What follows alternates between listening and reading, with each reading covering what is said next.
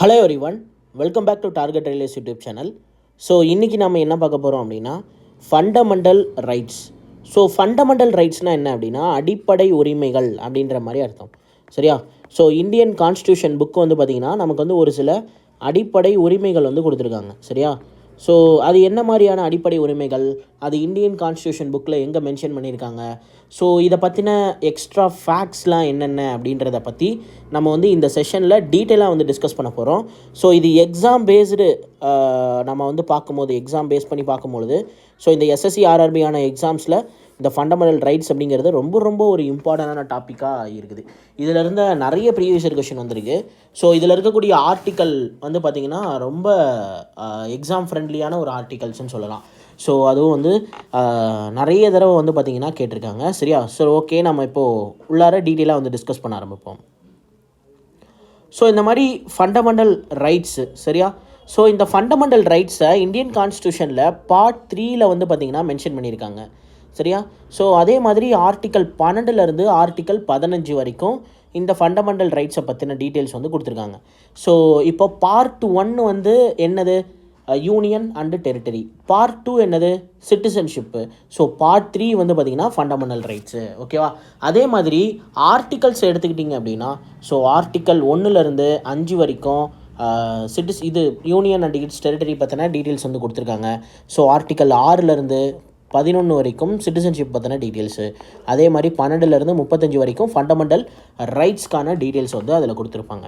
சரியா? ஸோ இந்த fundamental rights அப்படின்னக்கூடிய அடிப்படை உரிமைகள் வந்து பார்த்திங்கன்னா எந்த நாட்டிலேருந்து நம்ம பாரோ பண்ணி எடுத்த ஒரு கான்செப்ட் அப்படின்னா, ஸோ யூஎஸ்ஏலேருந்து எடுத்த ஒரு கான்செப்ட். யூஎஸ்ஏல இதுக்கு பேர் என்ன அப்படின்னா, இந்த மாதிரி மக்களுக்கு கொடுக்கப்பட்ட உரிமைகளுக்கு பேர் பில் ஆஃப் ரைட்ஸ் அப்படின்னு சொல்லுவாங்க. சரியா? பட் அதை நம்ம இந்தியாவில் ஃபண்டமெண்டல் ரைட்ஸ்ன்னு சொல்லி பேர் மாற்றி நம்ம அதே மாதிரியான மக்களுக்கு வந்து ஒரு சில உரிமைங்க. அதனால தான் வந்து பார்த்திங்கன்னா இதை வந்து அமெரிக்காவோட பில் ஆஃப் ரைட்ஸ் பார்த்து இந்தியா வந்து இன்ஸ்பயர் பண்ணி எடுத்தாங்க. ஸோ இதை வந்து இந்தியாவில் ஃபண்டமெண்டல் ரைட்ஸ் அப்படின்னு சொல்கிறாங்க. ஓகேவா? பட் இதுக்கு இன்னொரு பேர் இருக்குது. என்ன அப்படின்னா மேக்னா கார்ட்டா ஆஃப் யூகே அப்படின்னு. ஆக்சுவலாக வந்து மேக்னா கார்ட்டா ஆஃப் யூகேன்னு ஒரு விஷயம் இருந்தது. அதாவது யூகேயில் வந்து பார்த்திங்கன்னா ஒரு மன்னர் வந்து ரூல் பண்ணிகிட்டு இருந்தாராம். அந்த மன்னர் ரூல் பண்ணிகிட்டு இருந்தபோது அங்கே அவருக்கு கீழே இருந்த குறுநில மன்னர்கள்லாம் இருக்காங்கல்ல, அவங்க வந்து மக்கள்கிட்ட ஒரு சில விஷயங்களெல்லாம் வந்து பார்த்திங்கன்னா தப்பாக வந்து ட்ரீட் பண்ணியிருப்பார். சரியா? ஸோ அந்த மாதிரி இருக்கும் பொழுது மக்களுக்குன்னு சொல்லி ஒரு சில உரிமைகளை அந்த இங்கிலாந்து நாட்டு மன்னர் வந்து பார்த்திங்கன்னா கொடுத்துருப்பார். அந்த உரிமைக்கு பேர், அதாவது வந்து அது ஒரு எழுத்துப்பூர்வமான ஒரு டாக்குமெண்ட் ஃபார்மேட்டில் ஒரு முதல்ல மக்களுக்கு உரிமையை வந்து டிராஃப்ட் பண்ணது யூகே, அந்த இங்கிலாண்டோட மன்னர் தான். அவருக்கு அதுக்கு பேர் என்ன வச்சாங்க அப்படின்னா மேக்னா கார்ட்டா அப்படின்னு சொல்லி சொன்னாங்க. ஸோ அதே மாதிரி இந்தியன் கான்ஸ்டியூஷனோட மேக்னா கார்ட்டா மக்களுக்கு எழுதப்படுத்தப்பட்டு கொடுத்த உரிமை தான் இந்த ஃபண்டமெண்டல் ரைட்ஸ் அப்படின்னு வந்து சொல்கிறாங்க. புரியுதா? ஓகேவா? அவ்வளோதான். ஸோ பார்ட் 3நாலும் ஃபண்டமெண்டல் ரைட்ஸ்னாலும் ஒன்று தானே, அதுதான் அங்கே கொடுத்துருக்கான். பார்ட் 3 இஸ் டிஸ்கிரைப்ட் அஸ் மேக்னா கார்ட்டா ஆஃப் இந்தியா அப்படின்ற மாதிரி. சரியா? ஓகே. ஸோ அடுத்து என்ன கொடுத்துருக்காங்கன்னா, இந்த மாதிரி ஃபண்டமெண்டல் ரைட்ஸ் வந்து பார்த்திங்கன்னா ரொம்ப லிமிட்டடான ஒரு விஷயம். அடுத்ததாக ஃபண்டமெண்டல் ரைட்ஸுங்கிறது பர்மனெண்ட் கிடையாது. அதே மாதிரி ஃபண்டமெண்டல் ரைட்ஸ் அப்படிங்கிறது ஜஸ்டிசபிள் இன் நேச்சர். ஸோ இந்த 3 பாயிண்ட்லேயே நமக்கு எந்த பாயிண்ட் ரொம்ப முக்கியம் அப்படின்னா இந்த ஜஸ்டிசபிள் இன் நேச்சர் அப்படின்னு சொல்கிறாங்களே, அதுதான்.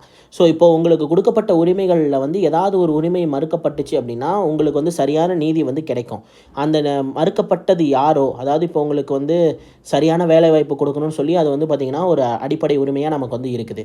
ஸோ அந்த வேலை வாய்ப்பை உங்களுக்கு கொடுக்காம தடுத்தாங்க அப்படின்னா, சரியா? ஸோ அந்த வேலை வாய்ப்பை உங்களுக்கு கொடுக்காம யாராவது தடுக்கிறாங்க அப்படின்னா அந்த உரிமை உங்களுக்கு மறுக்கப்படும் பொழுது நீங்கள் சுப்ரீம் கோர்ட்டில் போய் கேஸ் போட்டு உங்களுக்கு சாதகமாகவே வந்து தீர்ப்பை வந்து வாங்கிக்க முடியும். சரியா? ஸோ அந்த மாதிரி வந்து அது வந்து ஒரு தண்டனைக்கு உட்பட்ட ஒரு விஷயந்தான் இந்த ஃபண்டமெண்டல் ரைட்ஸ் அப்படின்னு சொல்கிறாங்க. சரியா? ஸோ அதாவது அது உங்களுக்கு வந்து முழுமையாக வந்து சேரும். அப்படி சேரலை அப்படின்னா அது தண்டனைக்கு உட்பட்டது. ஓகேவா? ஓகே. ஸோ இதே மாதிரியான இந்த ஃபண்டமெண்டல் ரைட்ஸ் இருக்குல்ல, ஸோ இது வந்து பார்த்திங்கன்னா இப்போ நேஷ்னல் எமர்ஜென்சின்னு சொல்லுவாங்க. அதாவது இந்தியா இருக்குல்ல, இந்தியான்ற இந்த நாடு வந்து ஏதாவது ஒரு அவசர நிலைக்கு தள்ளப்பட்டுச்சு அப்படின்னா எமர்ஜென்சி டிக்ளேர் பண்ணுவாங்க. ஸோ இந்த எமர்ஜென்சியை பற்றி இந்தியாவில் வந்து பார்த்திங்கன்னா நேஷ்னல் எமர்ஜென்சியை பற்றி ஆர்டிக்கல் 352ல் சொல்லியிருப்பாங்க. ஆக்சுவலாக நேஷ்னல் எமர்ஜென்சி அப்படின்னா என்ன அர்த்தம்னா, இப்போ சப்போஸ் இந்தியாவுக்கும் சைனாக்கும் ஏதாவது ஒரு போர் நடக்குது அப்படின்னா அந்த டைமில் என்ன பண்ணுவாங்க அப்படின்னா எமர்ஜென்சின்னு டிக்ளேர் பண்ணிடுவாங்க. ஸோ எமர்ஜென்சி டிக்ளேர் பண்ணி எந்த பீப்புளுமே வந்து இப்போ கோவிடில் எப்படி எல்லாருமே வீட்டில் இருந்தோமோ அந்த மாதிரி எல்லோரும் வீட்டில் தான் இருக்கணும், வெளியில் யாரும் வரக்கூடாது. ஃபுல் அண்ட் ஃபுல் ஸ்டேட் கவர்மெண்ட்டே இருக்காது. நேஷனல் எமர்ஜென்சி போட்டாங்க அப்படின்னா ஸோ ஸ்டேட் கவர்மெண்ட்லாம் இருக்காது, பிரசிடென்ட் ரூல்னு சொல்லிடுவாங்க. சரியா? So president rule, so military ரூல்னு கேள்விப்பட்டிருப்பீங்கள்ல, ஸோ அந்த மாதிரி இராணுவ ஆட்சி அப்படின்னு சொல்லுவாங்கள்ல. ஸோ நிறைய படத்துலலாம் கூட இதை பற்றி இந்த மாதிரியான வேர்ட்ஸ்லாம் டேர்ம்ஸ்லாம் வந்து யூஸ் பண்ணியிருப்பாங்க. ஸோ அந்த மாதிரி ஆர்டிகல் 352 போட்டாங்க அப்படின்னா, நேஷ்னல் எமர்ஜென்சி டிக்ளேர் பண்ணிட்டாங்க அப்படின்னா கன்ஃபார்மாக வந்து என்ன நடக்கும் அப்படின்னா குடியரசு தலைவரோட ஆட்சி நடக்கும். சரியா? ஸோ பிரசிடென்ட் ரூலு, அப்படி இல்லைன்னா அது மார்ஷியல் லான்னு சொல்லலாம். ஓகேவா? ரைட். ஸோ இந்த மாதிரி நமக்கு வந்து நேஷ்னல் எமர்ஜென்சி டிக்ளேர் பண்ணும்போது நமக்கு கவர்மெண்ட்டு தான் உரிமைகள் கொடுத்துருக்காங்களே, பேச்சுரிமை கொடுத்துருக்காங்க, எழுத்துரிமை கொடுத்துருக்காங்க, நடக்கிறதுக்கு உரிமை கொடுத்துருக்காங்க, அப்புறம் வந்து பார்த்திங்கன்னா வாழ்கிறதுக்கு உரிமை கொடுத்துருக்காங்க. இந்த மாதிரி நிறைய உரிமைகள்லாம் கொடுத்துருக்காங்க இல்லையா? அவங்க கொடுக்கப்பட்ட உரிமைகள் எமர்ஜென்சி போடப்பட்ட டைமில் அதெல்லாம் நீ வந்து எனக்கு இந்த உரிமை இருக்குது அந்த உரிமை இருக்குன்னா வந்து பேச முடியாது அப்படின்ற மாதிரி ஆயிரும். ஸோ எல்லா உரிமையும் மறுக்கப்படும் எக்ஸப்ட் 2 உரிமை. ஆர்டிக்கல் 20 என்ன சொல்லியிருப்பாங்க அப்படின்னா, ஒருத்தர் ஒரு தப்பு செஞ்சிட்டாங்க, அதுக்காக தண்டிக்கப்பட்டிருப்பாங்க அப்படின்னா அவரை திரும்பி வந்து தண்டிக்கக்கூடாது உரிமையும். அதே மாதிரி right to live and right to லிவ்னு சொல்லி ஒரு ஆர்டிக்கல் இருக்கும், ஆர்டிக்கல் 21, அந்த உரிமையும் வந்து பறிக்கப்படாது. சரியா? ஸோ இது ரெண்டுக்குமே வந்து பார்த்திங்கன்னா எக்ஸப்ஷன் இருக்குது. எதில் அப்படின்னா எமர்ஜென்சி போடும் பொழுது. சரியா? ஆர்டிக்கல் 20 and 21 தவிர அப்படின்ற மாதிரி. சரி, இப்போது மொத்தம் எத்தனை ஃபண்டமெண்டல் ரைட்ஸ் வந்து இருக்குது அப்படின்னா, ஆக்சுவலி கான்ஸ்டியூஷன் மேக் பண்ணும்போது 7 ரைட்ஸ் இருந்தது. அதில் வந்து பார்த்திங்கன்னா ஒரு ரைட்ஸை ரிமூவ் பண்ணிட்டாங்க.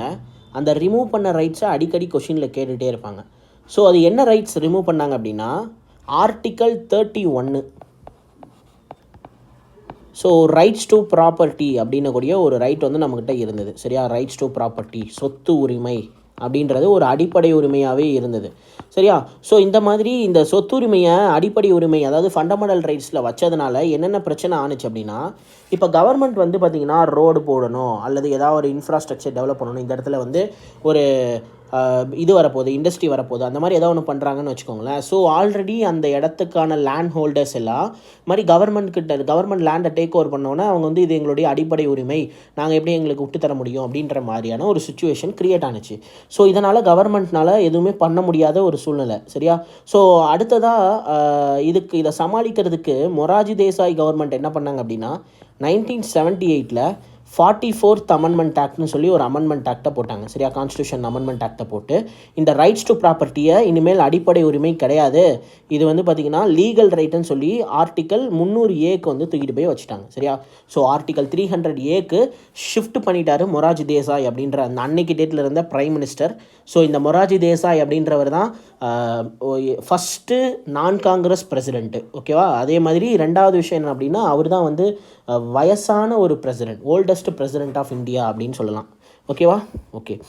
ஸோ இப்போது 7 ரைட்ஸ் இருந்தது இந்த ஃபண்டமெண்டல் ரைட்ஸில். ஸோ அதில் இப்போது 6 ரைட்ஸ் தான் இன்றைக்கி டேட்டில் இருக்குது. ஸோ இது 1978 இந்த ரைட்ஸ் டு ப்ராப்பர்ட்டியை ரிமூவ் பண்ணிட்டாங்க. ஸோ அப்போது ரைட்ஸ் டு ஈக்குவாலிட்டின்ற ரைட்ஸ் இருந்தது, ஃப்ரீடம் ரைட்ஸ் இருக்குது, அப்புறம் வந்து பார்த்திங்கன்னா எக்ஸ்ப்ளாய்டேஷன் ரைட்ஸ் இருக்குது, அப்புறம் rights to freedom of the religion rights இருக்குது, கல்ச்சுரல் அண்ட் எஜுகேஷனல் ரைட்ஸ் இருக்குது, அதே மாதிரி கான்ஸ்டியூஷனல் ரெமிடிஸ் இருக்குது. சரியா?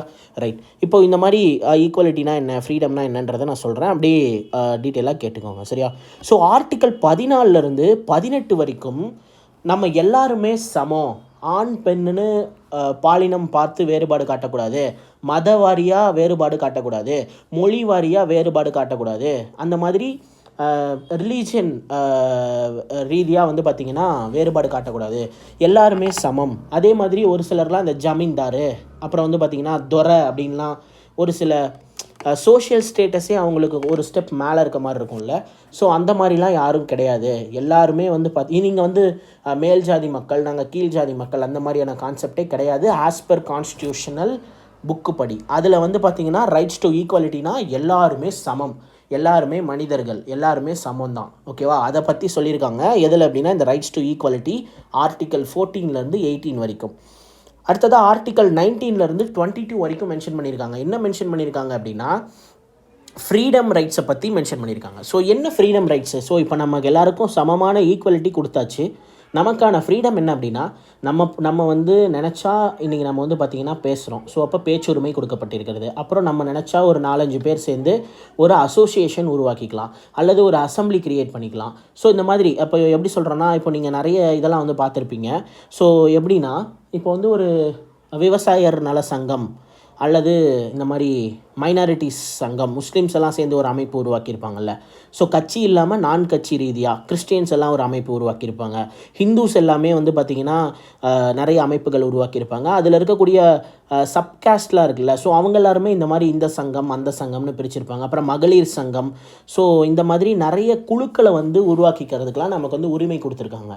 அது மட்டும் இல்லாமல் ஒருத்தர் வந்து ஒரு தப்புக்கு ஒரு தடவை தான் தண்டிக்கப்படணும், அவரை திரும்ப திரும்ப அதே தப்பை காரணம் காமிச்சு தண்டிக்கப்படக்கூடாதுன்ற உரிமை கொடுத்துருக்காங்க. அப்புறம் வந்து பார்த்திங்கன்னா நம்ம இன்றைக்கி நினச்சா நம்மலாம் வந்து பார்த்திங்கன்னா ஃபோன் யூஸ் பண்ணிக்கிறோம், நம்மளுடைய ப்ரைவசியை நம்ம சேஃபாக எல்லாமே நம்மளால் பண்ணிக்க முடியல, நம்மளோட ப்ரைவசி ரைட்ஸ் டு ப்ரைவசிலாம் இருக்குல்ல. ஸோ இதெல்லாமே ஆர்டிகல் 21 மென்ஷன் பண்ணியிருப்பாங்க. அதுவும் நம்மளுடைய ஃப்ரீடம் ரைட்ஸ் தானே. ஸோ நீங்கள் எங்கே வேணாலும் போகலாம், எங்கே வேணாலும் வரலாம், எந்த ஒரு ரெஸ்ட்ரிக்ஷனும் கிடையாது, சரியா? So as per Indian constitution படி இதெல்லாம் வந்து தப்புன்னே சொல்லலை, ஓகேவா?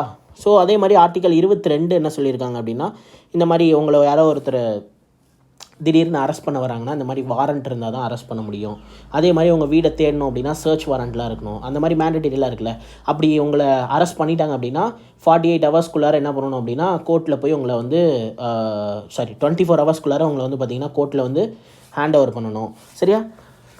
ஸோ 24 ஹவர்ஸில் உங்களை கோர்ட்டில் ஹேண்ட் ஓவர் பண்ணணும். அப்புறம் வந்து பார்த்திங்கன்னா இப்போ நீங்கள் வந்து உங்களை அரெஸ்ட் பண்ணிட்டாங்கன்னா நீங்கள் வந்து உங்களுக்குன்னு ஒரு அட்வொகேட்டை நீங்கள் வந்து பார்த்து பேசிக்கிறதுக்கு அலோவ் பண்ணுவாங்க. ஸோ நீங்கள் உங்கள் அட்வொகேட்டை அப்ரோச் பண்ணிக்கலாம். ஸோ இந்த மாதிரியான ரைட்ஸ் எல்லாமே உங்களுடைய ஃப்ரீடம் ரைட்ஸு. அதை பற்றி சொல்லியிருக்கிறது தான் இந்த article 19 to 22 rights to freedom. அடுத்ததாக ரைட்ஸ் எகெயின்ஸ்ட் எக்ஸ்ப்ளாய்டேஷன்னா மனித வளத்தை வந்து சுரண்டுறது. இப்போ வந்து பார்த்திங்கன்னா ஒரு குழந்தை வந்து சின்ன வயசுலேருந்து 6லேருந்து 14 வயசு வரைக்கும் படிக்கணும்னு சொல்லியிருக்காங்க, சரியா? பட் ஆனால் இங்கே என்ன நடக்குது அப்படின்னா, ஒரு சில குழந்தைகள் அந்த 14 வயசுக்கு கம்மியாக இருக்கக்கூடிய குழந்தைகள் எல்லாம் பெரிய பெரிய தொழிற்சாலைகள் எல்லாம் வேலை செய்வாங்க. கல் உடைக்கிற இடம், மண் உடைக்கிற குடோன், இந்த மாதிரிலாம் வேலை செஞ்சுருப்பாங்க. நம்ம படத்தில் பார்த்துருப்போம்ல. ஸோ இதெல்லாம் வந்து குழந்தை தொழிலாளர்கள்லாம் இருக்காங்கல்ல. ஸோ அவங்களுக்கு ஃபேவராக இருக்கிற மாதிரி இந்த ஆர்டிகல்ஸ்லாம் மென்ஷன் பண்ணியிருக்காங்க. அதுதான் வந்து பார்த்திங்கன்னா ரைட்ஸ் எகெயின்ஸ்ட் எக்ஸ்ப்ளாய்டேஷன், மனித சுரண்டலுக்கு எதிர்த்து பேசக்கூடிய உரிமைகளும் நமக்கு வந்து கொடுக்கப்பட்டிருக்கிறது, சரியா? நம்ம யாருக்கும் நம்ம வந்து அடிமை கிடையாது, ஓகே? அதே மாதிரி மனித கடத்தல், அப்புறம் வந்து பார்த்திங்கன்னா பாண்டட் லேபர் சிஸ்டம்லாம் சொல்லுவாங்கள்ல. ஸோ பாண்டட் லேபர் சிஸ்டம்னா கொத்தடிமைலாம் வச்சுருப்பாங்கல்ல. இந்த குருவி படத்தில் கூட விஜய் அவங்க அப்பா அந்த மாதிரியான ஒரு சில தங்கச்சி அந்த மாதிரி ரோல்ஸில் வரக்கூடியவங்களெல்லாம் ஒரு பெரிய ஒரு இதில் வந்து பார்த்திங்கன்னா அடிமையாக வச்சு ட்ரீட் பண்ணுவாங்கள்ல. ஸோ அந்த மாதிரி நம்ம யாருக்குமே வந்து அடிமையாக இருக்கணுன்ற அவசியம் கிடையாது. அதை தான் கொடுத்துருக்கான் ரைட்ஸ் எகெயின்ஸ்ட் எக்ஸ்ப்ளாய்டேஷன். இந்த மாதிரி நம்மளை யாராவது ஒருத்தர் வந்து அடிமைப்படுத்தி வச்சுருக்காங்க அப்படின்னா அதுக்கு எதிர்த்து நம்ம போராடுறதுக்கான உரிமைகள் வந்து நமக்கு கொடுக்கப்பட்டிருக்கிறது. ஸோ அதே மாதிரி அடுத்ததாக rights to freedom of the religion அப்படின்னா யார் வேணாலும், இந்தியாவில் பிறந்த யார் வேணாலும் எந்த மதத்தை வேணாலும் பின்பற்றிக்கலாம். யாருமே இந்த மதத்தை தான் பின்பற்றணும், அந்த மதத்தை தான் பின்பற்றணும்னு கான்ஸ்டியூஷனில் சொல்லப்படலை, ஓகேவா? மாதிரி இந்தந்த ரிலீஜியனை சார்ந்த நபர்கள் வந்து அவங்கவுங்க ரிலீஜனுக்கு ஏற்ற மாதிரியான சேவை மையங்கள் வந்து ஆரம்பிச்சுக்கலாம். ஸோ ரிலீஜியஸ் அஃபேர்ஸ், அதாவது வந்து அதான் இந்த மாதிரியான விஷயங்கள்லாம் ஆரம்பிச்சுக்கலாம், சரியா? So religious affairs. அப்புறம் வந்து பார்த்திங்கன்னா ஃப்ரீடம் ஆஃப் டாக்ஸேஷன் அப்படின்னா ரிலீஜியஸ் ரிலேட்டடாக வரக்கூடிய எந்த விஷயத்துக்கும் டாக்ஸேஷன் இருக்காது. டாக்ஸேஷன் வந்து ஃப்ரீயாக தான் இருக்கும், சரியா? அப்புறம் வந்து பார்த்திங்கன்னா ரிலீஜியஸ் இன்ஸ்ட்ரக்ஷன் இருக்கக்கூடாது. இன்ஸ்ட்ரக்ஷன்னா வற்புறுத்துறது, நீங்கள் இந்த மதத்துக்கு மாறியே ஆகணும்னு யாரையும் கட்டாயப்படுத்தக்கூடாதுன்னு ஒரு அடிப்படை உரிமை இருக்குது. அப்படி உங்களை யாராவது வந்து துன்புறுத்துறாங்க அப்படின்னா நீங்கள் அதுக்கு எதிர்த்து நீங்கள் வந்து சுப்ரீம் கோர்ட்லேயே போய் உங்களால் வந்து வாதாடி ஜெயிக்க முடியும், ஓகேவா? ரைட். அடுத்ததாக cultural and educational right. So cultural ரைட்னா என்ன, எஜுகேஷனல் ரைட்னா என்ன? ஸோ இப்போது இந்தியா வந்து ஒரு டைவர்சிஃபைடு கண்ட்ரி. ஸோ அதில் வந்து பார்த்திங்கன்னா நிறைய ஸ்டேட்டுக்கும் வேறு ஒரு கல்ச்சுரல் விஷயங்கள்லாம் இருக்கும். அது மட்டும் இல்லாமல் இந்தியா வந்து பார்த்திங்கன்னா ஹிந்து, முஸ்லீம், கிறிஸ்டின்னு கூடிய ஒரு பலதரப்பட்ட ஒரு ரிலீஜன் இருக்கக்கூடிய ஒரு கண்ட்ரி தானே, ரைட்டு? இதில் மெஜாரிட்டிஸ் யாருன்னா ஹிந்துஸ் தான். மைனாரிட்டிஸ் யார் அப்படின்னா முஸ்லீம்ஸு, கிறிஸ்டின்ஸு, அப்புறம் தமிழ்நாட்டில் மோஸ்ட்லி இவங்க தான் இருப்பாங்க. ஸோ அப்பார்ட் ஃப்ரம் தட் மற்ற ஸ்டேட்லலாம் வந்து பார்த்திங்கன்னா சீக்ஸ் இருப்பாங்க, ஜெயின்ஸ் இருப்பாங்க. அந்த மாதிரி ஒவ்வொரு இடத்துலையும் ஒவ்வொரு மைனாரிட்டிஸ் இருப்பாங்க. ஸோ மோஸ்ட்லி வந்து முஸ்லீம்ஸ் அண்டு கிறிஸ்டின்ஸ் வந்து பார்த்திங்கன்னா மைனாரிட்டிஸ்னு சொல்லப்படுவாங்க. சரியா? ஸோ இந்த மைனாரிட்டிஸ்னால் ஒன்றும் இல்லைங்க, சிறுபான்மையினர் அப்படின்னு அர்த்தம். ஸோ அதிகமாக இருக்கவங்க மெஜாரிட்டிஸ், கம்மியாக இருக்கவங்க மைனாரிட்டிஸ், அவ்வளோதான். ஸோ இதே முஸ்லீம் நாடுகள்லாம் இருக்குல்ல, பங்களாதேஷோ அல்லது பாகிஸ்தானோ ஆப்கானிஸ்தானோ போயிட்டிங்கன்னா அங்கெல்லாம் வந்து பார்த்திங்கன்னா ஹிந்துஸ் தான் வந்து பார்த்திங்கன்னா மைனாரிட்டிஸ்ன்னு சொல்லுவாங்க. இதை நான் சிட்டிசன்ஷிப் நடத்தும் போதே கூட உங்களுக்கு இந்த சிட்டிசன்ஷிப் அமெண்ட்மெண்ட் ரீசெண்டாக 2019 கொண்டு வந்த அமெண்ட்மெண்ட்டில் அந்த நாட்டில் இருக்கக்கூடிய மைனாரிட்டிஸான ஹிந்து, சீக்ஸு, ஜெயின்ஸு அவங்க எல்லோரும் இங்கே வரதுக்கு வந்து ஒரு சில ரெஸ்ட்ரிக்ஷன் அந்த அமெண்ட்மெண்ட் ஆக்டில் கொடுத்துருந்தாங்கன்னு சொல்லியிருந்தால. ஸோ முஸ்லீம்ஸை தவிர மீதி இருக்கக்கூடிய நபர்கள் அவங்க தான் வந்து பார்த்திங்கன்னா அந்த நாட்டோட மைனாரிட்டிஸ். ஸோ இந்த மாதிரி மைனாரிட்டிஸ்க்கோட கல்ச்சர்ஸையும் அவங்களுக்கு வந்து பார்த்திங்கன்னா எஜுகேஷ்னல் இன்ஸ்டியூஷன் ஆரம்பிச்சிக்கலாம், அவங்களுடைய லாங்குவேஜை வந்து ப்ரொடெக்ட் பண்ணிக்கலாம். அந்த மாதிரியான ஒரு சில ரைட்ஸ் எல்லாம் வந்து இந்த ஆர்டிகல் 29 to 30 மென்ஷன் பண்ணியிருப்பாங்க. அதுதான் கல்ச்சுரல் அண்ட் எஜுகேஷனல் ரைட்ஸ்னு சொல்கிறாங்க. அடுத்ததாக 6வது ரைட்ஸு, இதை ஆரம்பிக்கும் போது 7வது ரைட்ஸாக இருந்தது. ப்ராப்பர்ட்டி ரைட்ஸை தூக்குனதுனால இது 6வது ரைட்ஸாக மாறிடுச்சு. அட் ப்ரெசென்ட் 6 ரைட்ஸ் தான் இருக்குது. சரியா? ரைட். இப்போ வந்து பார்த்திங்கன்னா இந்த ரைட்ஸ் டு கான்ஸ்டியூஷனல் ரெமிடிஸ் அப்படின்னா இப்போ உங்களுக்கு இந்த அடிப்படை உரிமைகள் இருக்குல்ல, இதெல்லாமே வந்து பார்த்திங்கன்னா தவிர்க்கப்பட்டால் நீங்கள் வந்து பார்த்திங்கன்னா ஒரு சுப்ரீம் கோர்ட் அப்ரோச் பண்ணி உங்களுக்கு தேவையான நீதிகளெல்லாம் வாங்கிக்கலாம். ஸோ அது இல்லாமல் இந்த ஆர்டிக்கல் 32 அப்படிங்கிறது கான்ஸ்டியூஷனல் ரெமிடிஸ் அப்படின்னு சொல்லுவாங்க. சரியா? ரைட்ஸ் டு கான்ஸ்டியூஷனல் ரெமிடிஸ் அப்படின்னு சொல்லுவாங்க. சரியா? ஸோ ஃபுல் அண்ட் ஃபுல் வந்து பார்த்திங்கன்னா ரெமிடிஸ். Okay, right. இது எதில் மென்ஷன் பண்ணியிருக்கான்? ஆர்டிக்கல் 32 மென்ஷன் பண்ணியிருக்கான். இந்த ஆர்டிக்கல் 32 டாக்டர் B.R. அம்பேத்கர் என்ன சொல்லியிருப்பார் அப்படின்னா heart and soul of the constitution அப்படின்னு சொல்லியிருப்பார்.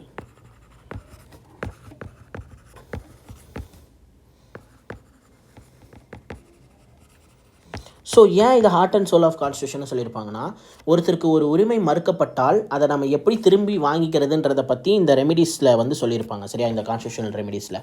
ஸோ இந்த ஆர்டிக்கல் 32 பொறுத்த வரைக்கும் ஒரு 5 டைப்ஸ் ஆஃப் ரிட்ஸ் இருக்குது. சரியா? ரிட்ஸ் இருக்குது,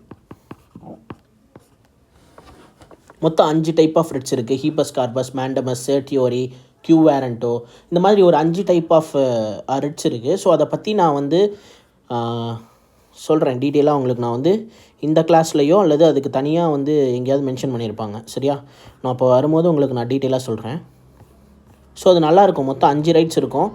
ஸோ 5 ரைட்ஸும் வந்து பார்த்திங்கன்னா ஹீபஸ் கார்பஸ்னால் அந்த கேஸ் போட்டாங்க அப்படின்னா, ஹீபஸ் கார்பஸ் மனு தாக்கல் பண்ணிட்டாங்க, ரிட்டு பதிவு செஞ்சுட்டாங்கன்னா அவங்கள வந்து பார்த்திங்கன்னா எங்கே இருந்தாலும் போலீஸ் வந்து 24 ஹவர்ஸ்க்குள்ளே கண்டுபிடிச்சி கோர்ட்டில் சப்மிட் பண்ணியே ஆகணும் அப்படின்ற மாதிரிலாம் இருக்கும். அப்புறம் சர்டியோரினா சர்டிஃபிகேட்டை வெரிஃபை பண்ணுறது. ஸோ அந்த மாதிரின்னு வச்சுக்கோங்களேன். சரி, நான் சொல்கிறேன், டீட்டெயிலாக சொல்லுவேன், ரொம்ப நல்லாயிருக்கும். ஸோ ஒரிஜினலாக இந்த ஃபண்டமெண்டல் ரைட்ஸை பொறுத்த வரைக்கும் 7 ரைட்ஸ் இருந்தது. சரியா? இன்றைக்கி டேட்டில் 6 ரைட்ஸ் தான் இருக்குது. இந்த ரைட்ஸ் டு ப்ராப்பர்ட்டி அப்படிங்கிறத ஆர்டிக்கல் 31லையும் ஆர்டிக்கல் 19Fலையும் வந்து மென்ஷன் பண்ணியிருந்திருக்காங்க. எதை அப்படின்னா இந்த ஆர்டிக்கல் 31 இருந்த ரைட்ஸ் டு ப்ராப்பர்ட்டியை. இதை எந்த ரைட்ஸ்க்கு மாற்றினாங்க, எந்த ஆர்டிக்கலுக்கு மாற்றினாங்க? ஆர்டிக்கல் 300Aக்கு மாற்றினாங்க. இன்றைக்கி டேட்டில் அது வெறும் ரீகல் ரைட் தான். ஸோ அந்த டைமில் இருந்த பிரைம் மினிஸ்டர் மொராஜி தேசாய் அப்படின்றவர் தான். ஸோ இப்போ ஆர்டிக்கல் 12லேருந்து 35 வரைக்கும் பார்க்கலாம். ஸோ ஆர்டிக்கல் 12 எதை டிஃபைன் பண்ணுது அப்படின்னா ஸ்டேட்டு. இந்த இடத்துல ஸ்டேட்டுங்கிறது ஸ்டேட் கவர்மெண்ட் கிடையாது. State government, central government, parliament, local authorities, government institutions, so இந்தியாவுக்குள்ளார இருக்கக்கூடிய எல்லா அதிகாரத்துவம் வாய்ந்த நிறுவனங்களும் வந்து இதுக்குள்ளார வந்துடும். எதுக்குள்ளார அப்படின்னா இந்த definition of the terms of state அப்படின்னா. ஸோ இதை வந்து பார்த்திங்கன்னா ஆர்டிக்கல் 12 மென்ஷன் பண்ணியிருக்காங்க. ஓகேவா? ஸோ இந்த மாதிரி ஆர்டிக்கல் 12 ஸ்டேட் அப்படின்ற ஒரு வேர்டு வந்து பார்த்திங்கன்னா which defines state government, central government, அப்புறம் parliament, government bodies and local authorities. Then within the territory of இந்தியாவுக்குள்ளார என்னென்ன அமைப்புகளாலும் வந்து பார்த்திங்கன்னா அதிகாரத்தில் இருக்கோ அது எல்லாமே வந்து வந்துடும். ஓகேவா? ஸோ அடுத்தது ஆர்டிக்கல் 13. இதில் என்ன மென்ஷன் பண்ணியிருப்பாங்க அப்படின்னா ஃபண்டமெண்டல் ரைட்ஸ்க்கு எதிராக போடக்கூடிய எந்த சட்டமும் வந்து செல்லாது அப்படின்னு சொல்லி டாக்டர் B.R. அம்பேத்கர் வந்து மென்ஷன் பண்ணியிருப்பார். சரியா?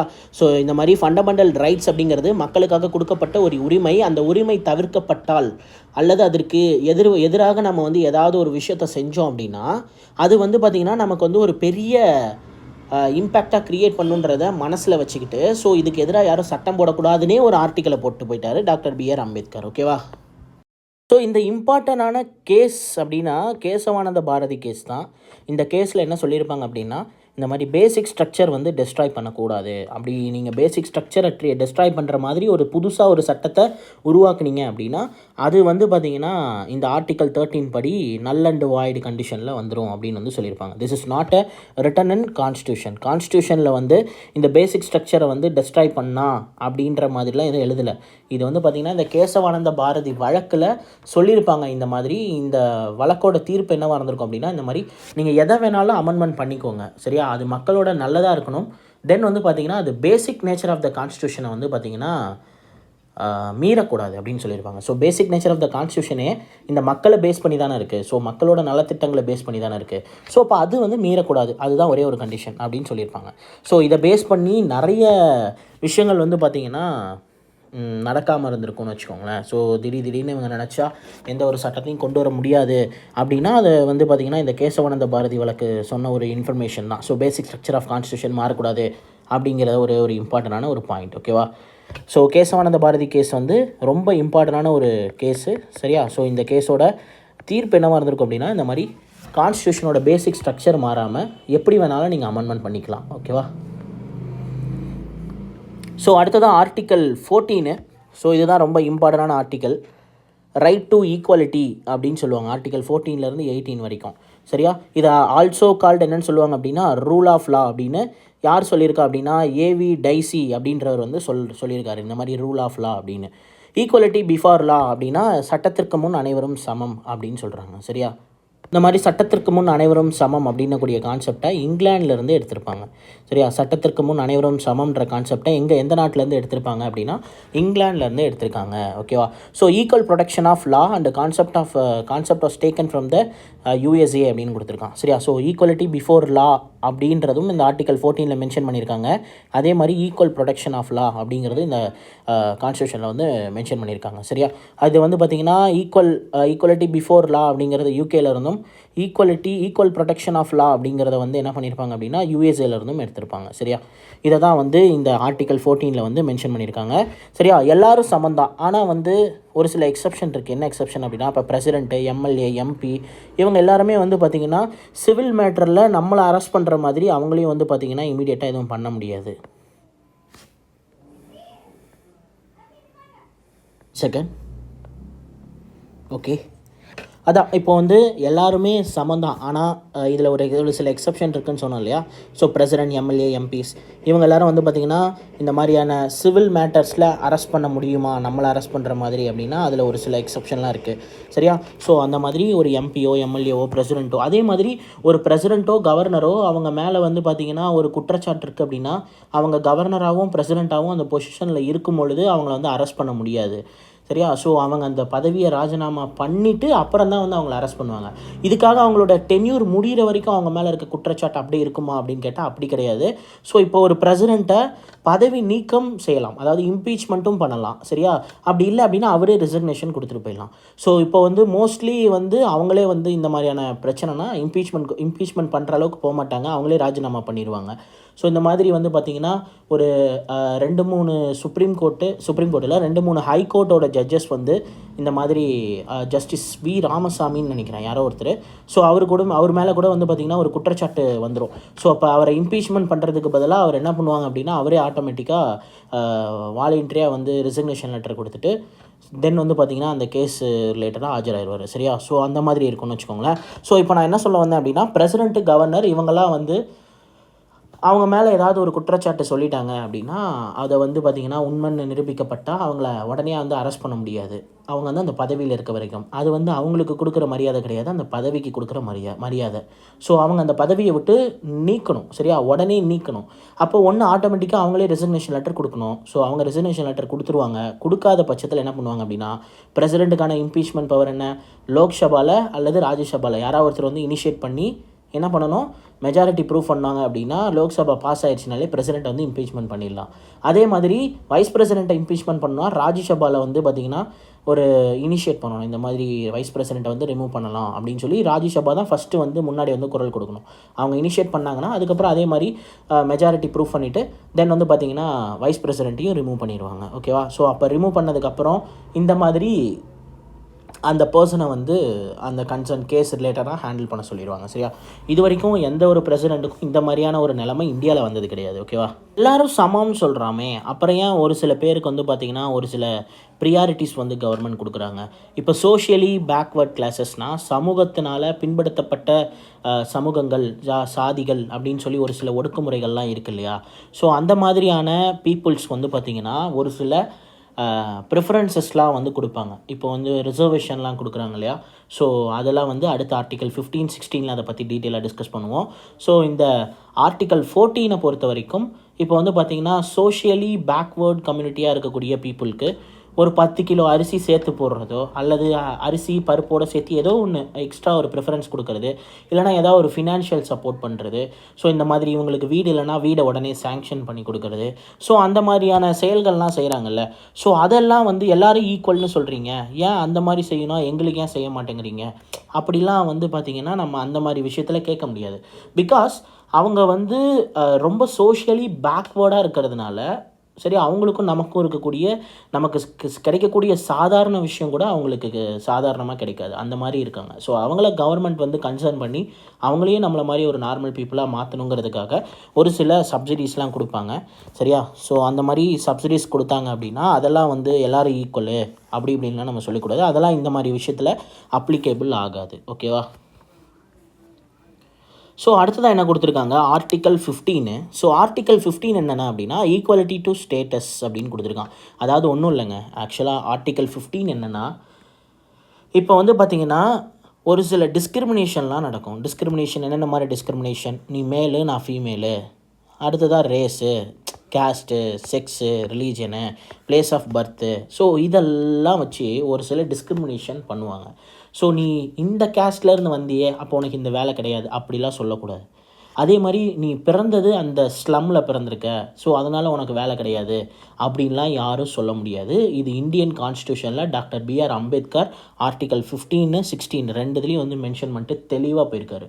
ஸோ எந்த இடத்துலையுமே நீ இந்த இடத்துல பிறந்துட்ட, சரியா, இந்த நபருக்கு பிறந்துட்ட, இந்த ஜாதியில் பிறந்துட்ட, இந்த மதத்தில் பிறந்துட்ட, அதனால் உனக்கு வந்து பார்த்திங்கன்னா இந்த மாதிரியான ஈக்குவாலிட்டி ஸ்டேட்டஸ்லாம் வந்து கொடுக்க முடியாது, நீ வந்து எப்பயுமே எங்களுக்கு அடிமை தான், அப்படிலாம் சொல்லவே முடியாது. எப்போலேருந்து இந்த கான்ஸ்டியூஷன் பவரில் 1950 வந்தது இல்லையா, அன்னையிலேருந்து இன்றைக்கி டேட் வரைக்கும். ஸோ இது வந்து பார்த்திங்கன்னா ஆஸ் பர் இந்தியன் கவர்மெண்ட் படி இது வந்து பார்த்திங்கன்னா ஒரு வந்து எப்படி சொல்கிறது, ஒரு ஃபேவரபுளான ஒரு சட்டம். ஓகேவா? இதை யாராவது பின்பற்றலை அப்படின்னா, இதுக்கு ஆப்போசிட்டாக யாராவது நடந்துக்கிறாங்க அப்படின்னா அவங்க மேலே வந்து ஒரு தீவிரமான ஒரு நடவடிக்கை வந்து எடுக்கலாம். சரியா? அடுத்தது ஆர்டிக்கல் 16 என்ன சொல்லியிருக்காங்க அப்படின்னா ஈக்குவாலிட்டி டு பப்ளிக் எம்ப்ளாய்மெண்ட் அப்படின்னு கொடுத்துருக்காங்க. அதாவது இப்போ பப்ளிக் எம்ப்ளாய்மெண்ட் அப்படின்னா வேலை வாய்ப்புலாம் கொடுக்குறாங்கல்ல, ப்ரைவேட் வேலையாக இருந்தாலும் சரி, பப்ளிக் வேலையாக இருந்தாலும் சரி, பப்ளிக்னால் கவர்மெண்ட் வேலையாக இருந்தாலும் சரி. சரியா? ஸோ இதில் என்ன சொல்லியிருக்காங்க அப்படின்னா மேல் ஃபீமேல் பார்த்து மேல் தான் வேணும், மேல் மட்டும் நாங்கள் எடுத்துக்கிட்டால் போதும், ஃபீமேலை நாங்கள் எடுக்கவே மாட்டோம். பட் ஆனால் அந்த பேசிக் நேச்சர் ஆஃப் ஒர்க் வந்து ஃபீமேலும் அந்த வேலையை செய்ய முடியும். இப்போ ஒன்றும் இல்லைங்க, ஒரு எக்ஸாம்பிளுக்கு ஒரு கம்ப்யூட்டர் சென்டரில் ஒரு வேலை நீங்கள் ஒரு கம்ப்யூட்டர் சென்டர் நடத்துகிறீங்க, அந்த கம்ப்யூட்டர் சென்டருக்கு வேலை ஆட்கள் தேவை. ஓகேவா? ஸோ அந்த கம்ப்யூட்டரில் ஒர்க் பண்ணக்கூடிய வேலை வந்து மேல் பண்ணுவாங்களா, மேல் மட்டும் தான் பண்ண முடியுமா, ஃபீமேல் மட்டும் தான் பண்ண முடியும்னு சொல்லி நம்மளால் டிட்டர்மின் பண்ணக்கூடாது. சரியா? ஏன்னா அந்த திறமை மேல்கிட்ட இருந்தாலும் எடுத்துக்கணும், ஃபீமேல் இருந்தாலும் எடுத்துக்கணும். ஸோ அந்த மாதிரி ஜெண்டரை வச்சு இந்த வேலை நாங்கள் வந்து தர முடியாது அப்படின்னு சொல்லக்கூடாது. பட் ஆனால் இதில் ஒரு சில எக்ஸப்ஷன் இருக்குது. இப்போ வந்து பார்த்திங்கன்னா ஒரு செக்யூரிட்டி கார்டு வேலை கொடுக்குறாங்கன்னு வச்சுக்கோங்களேன். ஸோ ப்ரொடெக்ட் பண்ணணும். ஜென்ரலாக நேச்சராக வந்து ஃபீமேல் வந்து பார்த்திங்கன்னா கொஞ்சம் வந்து மேலே கம்பேர் பண்ணும்போது ஃபிசிக்கலி வீக். ஓகேவா? ஸோ அதனால் வந்து இந்த மாதிரியான ஒர்க்குக்கு மென் தேவைன்னா மென் மட்டும் தேவை அப்படின்னு சொல்லிக்கலாம். ஸோ அந்த மாதிரியான எக்ஸப்ஷன் இருக்குது. நான் என்ன சொல்ல வரேன்றது உங்களுக்கு புரிஞ்சிருக்கும்னு நினைக்கிறேன். ஸோ இந்த மாதிரி எம்ப்ளாய்மெண்ட் விஷயத்தில் ஜெண்டரை வச்சோ, ரேஸ் வச்சோ, கேஸ்ட் வச்சோ, செக்ஸ் வச்சோ, அல்லது ரிலீஜன் வச்சோ, அல்லது பிளேஸ் ஆஃப் பர்த்தை வச்சோ எந்த ஒரு டிஸ்கிரிமினேஷனும் பண்ணக்கூடாது. ஓகேவா? இதை பற்றி ஆர்டிக்கல் 16 சொல்லியிருக்காங்க. அடுத்ததாக ஆர்டிக்கல் 16 ஒரு சப் கிளாசிஃபிகேஷன் என்ன அப்படின்னா ஆர்டிக்கல் 16 4. ஓகேவா? ஸோ இதில் தான் நம்மளுடைய ரிசர்வேஷன்லாம் வரும். சரியா? ஸோ ரிசர்வேஷனை பற்றி இதில் தான் நம்ம வந்து பார்க்க போகிறோம். The promotion and reservation in an appointment is not a violation of the rights to equality. So தெளிவாக கொடுத்துருக்காங்களா? இப்போ ஒரு நபர் இருக்கார், அவருக்கான ப்ரமோஷன், இப்போ கவர்மெண்ட் வேலையே இருக்குதுன்னு வச்சுக்கோங்களேன். ஸோ கவர்மெண்ட் வேலையே இருக்குன்னா அவருக்கு வந்து ஒரு ப்ரமோஷன் கொடுக்குறாங்கன்னா அவர் வந்து இப்போது ஒதுக்கப்பட்ட கேஸ்ட்லேருந்து வந்திருக்காங்கன்னு வச்சுக்கோங்களேன், அவங்களுக்கான ப்ரொமோஷனுக்கும் அந்த ரிசர்வேஷன் வந்து கொடுத்துருப்பாங்க. சரியா? ஸோ அந்த ப்ரொமோஷன் ரிசர்வேஷனும் சரி, இல்லை அப்பாயிண்ட் பண்ணும்போது இருக்கக்கூடிய ஜென்ரல் ரிசர்வேஷனும் சரி, ரெண்டுமே வந்து பார்த்திங்கன்னா ரைட்ஸ் டு ஈக்குவாலிட்டியை வந்து வயலேட் பண்ணாது அப்படின்னு வந்து சொல்லியிருக்காங்க. சரியா? ஸோ இந்த ரிசர்வேஷன் அப்படிங்கிறது 10 வருஷத்துக்கு ஒரு தடவை ரினிவல் பண்ணிக்கிட்டே இருப்பாங்க. இந்த மாதிரி அடுத்த 10 வருஷத்துக்கு இந்த மாதிரி எஸ்சிஎஸ்டி பீப்புள்ஸ்க்கு வந்து இந்த ரிசர்வேஷன் அப்ளிகேபிள். இது 1950லேருந்தே இந்த ரிசர்வேஷன் வந்து 15 இயர்ஸ்க்கோ 10 இயர்ஸ்க்கோ ஒர்க் ஆகும் அப்படின்ற மாதிரி சொல்லியிருப்பாங்க. பட் ஆஃப்டர் தட் அந்த 10 இயர்ஸோ 15 இயர்ஸோ கழிச்சு, அதாவது 1960லையோ 1965ஓ, அந்த சரியாக எனக்கு 10 15ன்றது ஞாபகம் வரல. ஸோ அந்த சர்டன் பீரியடு கழிச்சு திரும்பி இன்னும் ஒரு 10 to 15 இயர்ஸ்க்கு எக்ஸ்டெண்ட் பண்ணிட்டாங்க. ஸோ அது அப்படியே திரும்ப இன்றைக்கி டேட் வரைக்கும் எக்ஸ்டெண்ட் ஆகிட்டே தான் இருக்குது. ஸோ இது எப்போ வந்து இவங்களுக்கும் அப்படின்ற அந்த சோஷியலி பேக்வர்ட் கிளாஸஸ்ன்றதை பெருசாக கன்சிடர் பண்ணாமல் எல்லாருமே ஈக்குவல்னு ஒரு நிலைமை மாறுதோ அது வரைக்கும் இந்த ரிசர்வேஷனை கவர்மெண்ட் வந்து கொடுத்துட்டு தான் இருப்பாங்க. ஓகேவா? அது இல்லாமல் இவ்வளோ நாளாக கொடுத்துட்டு இருந்த ரிசர்வேஷனை திடீர்னு வந்து ஸ்டாப் பண்ண முடியாதுல்ல, அதுவும் ஒரு ரீசன் தான். இந்த ரிசர்வேஷன் ரிலேட்டடாக ஒரு சில கேசஸ்லாம் ரொம்ப இம்பார்ட்டன்ட். ஸோ இந்த மாதிரி Balaji versus state of Mysore case, அப்புறம் வந்து பார்த்திங்கன்னா Devadasan versus union of India case, அப்புறம் ரொம்ப இம்பார்ட்டண்டான கேஸ்னால் இந்த இந்திரா சாஹ்னே கேஸ் தான் வந்து பார்த்திங்கன்னா 1993. இது ரொம்ப இம்பார்ட்டண்டான ஒரு கேஸு. ஸோ இது வந்து டிஎன்பிசி மாதிரியான எக்ஸாம்ஸ் எல்லாம் இந்த கொஷின் வந்து நிறையவே கேட்டிருக்காங்க. 1993 அப்படின்னக்கூடிய அந்த இயரே குரூப் 4ல் வந்து ஒரு கொஷினாக வந்திருந்தது.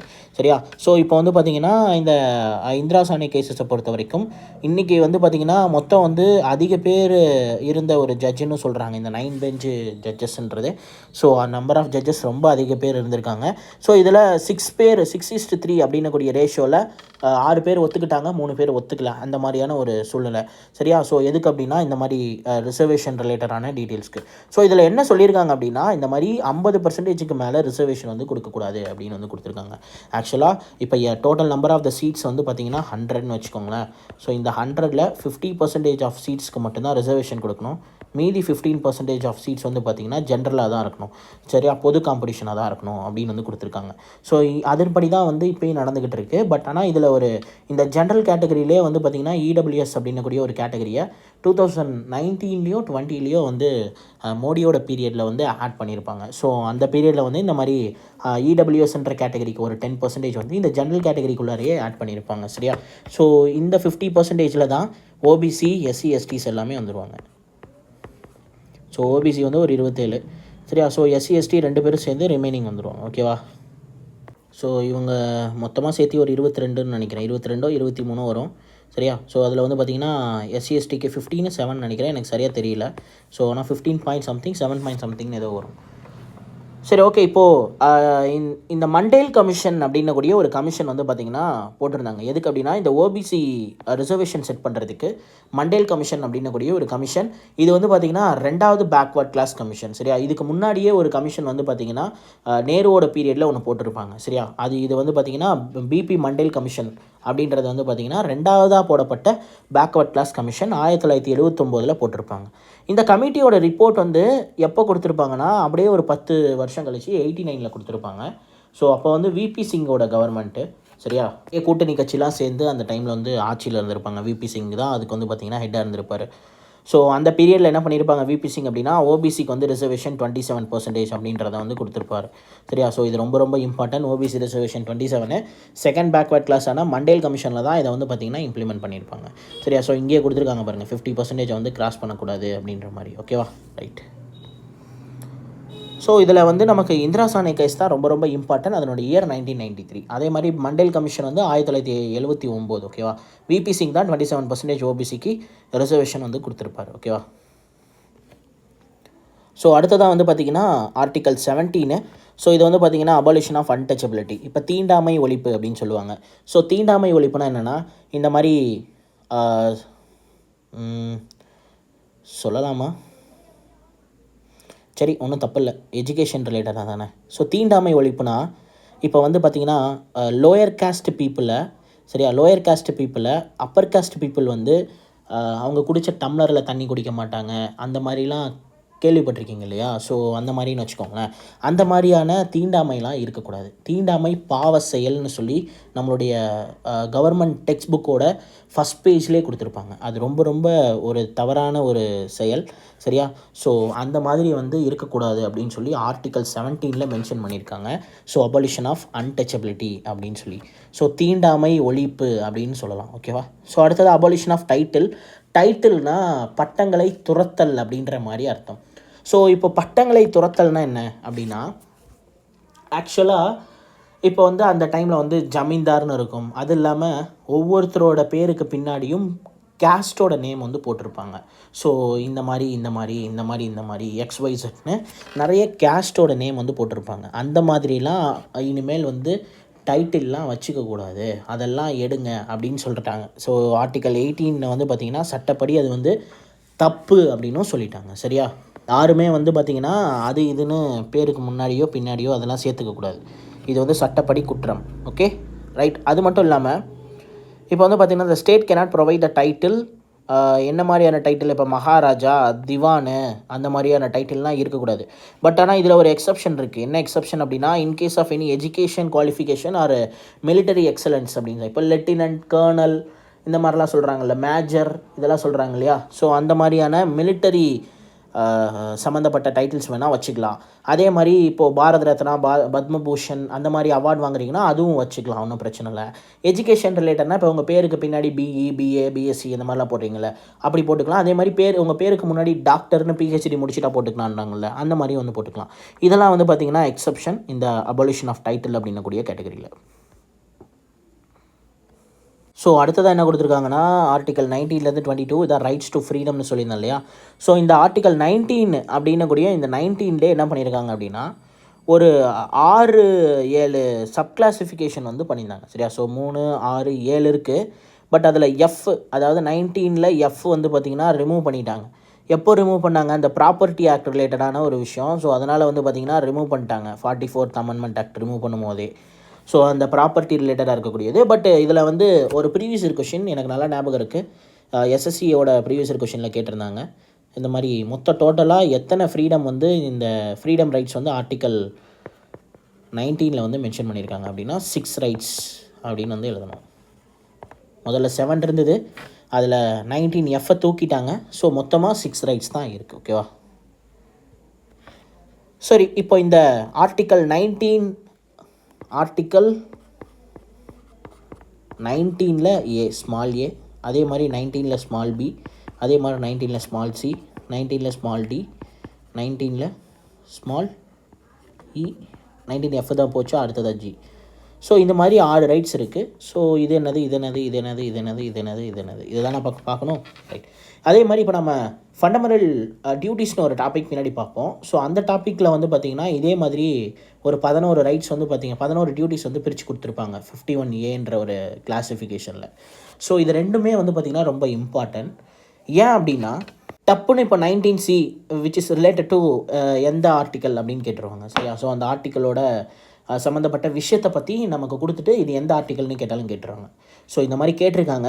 SSCலே நிறைய கேட்டிருக்காங்க. நான் SSCன்னு சொல்கிறேன் அப்படின்னா, SSC நடத்துனதும் TCS தான், RRB நடத்துகிறதும் TCS தான். சரியா? ஸோ SSCயில் இப்போது என்ன நடத்திட்டு இருக்காங்களோ அது அப்படியே RRBயில் டிட்டோ ஆகும். இதுக்கு முன்னாடி ஆகியிருக்கு, அதனால தான் சொல்கிறேன். ஸோ அதனால் இதெல்லாம் வந்து நம்ம பார்த்து வச்சுக்கணும். சரி, இதை நம்ம எப்படி ஞாபகம் வச்சுக்கிறது? ஸோ இதில் மொத்தம் 6 ரைட்ஸ் இருக்குன்றீங்க, எப்படி ஞாபகம் வச்சுக்கிறது அப்படின்னா, இதுக்கு ஒரு ட்ரிக் இருக்குது. சரியா? ஸோ இந்த மாதிரி சாம்ரோ அப்படின்னு ஞாபகம் வச்சுக்கோங்க. சரியா? So S for speech. சரியா? ஆர்டிக்கல் 19Aல நமக்கான பேச்சுரிமையை பற்றி சொல்லியிருக்காங்க. சரியா? So speech and expression. ஓகேவா? இது வந்து பார்த்திங்கன்னா கான் டிஃபேம் எனிஒன்.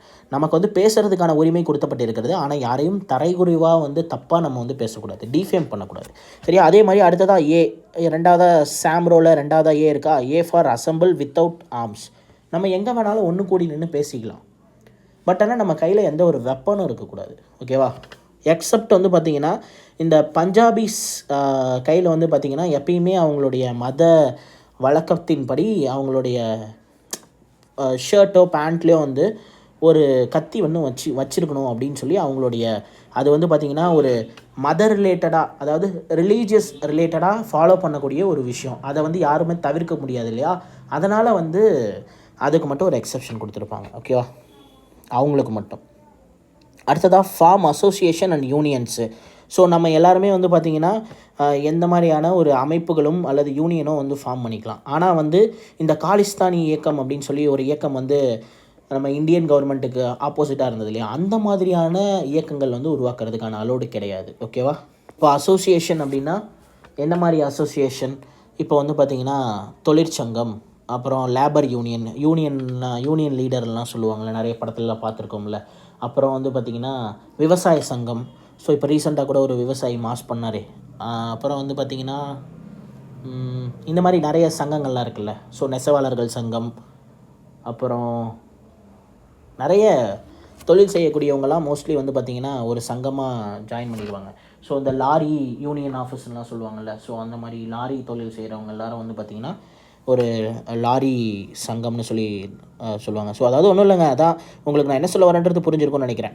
ஒவ்வொரு தொழில் செய்கிறவங்களும் அவங்களுடைய நலம் கருதி என்ன பண்ணுவாங்க அப்படின்னா ஒரு அமைப்பாகவோ வந்து உருவாக்கியிருப்பாங்க, ஒரு சங்கம்னு சொல்லுவாங்க. ஸோ அந்த மாதிரியான அமைப்புகள்லாம் நம்ம வந்து பார்த்திங்கன்னா உருவாக்கிக்கலாம். இது ஆர்டிக்கல் 19A வந்து சொல்லியிருக்காங்க. சரியா? ஸோ 19A 19C சொல்லியிருக்காங்க. ஓகே,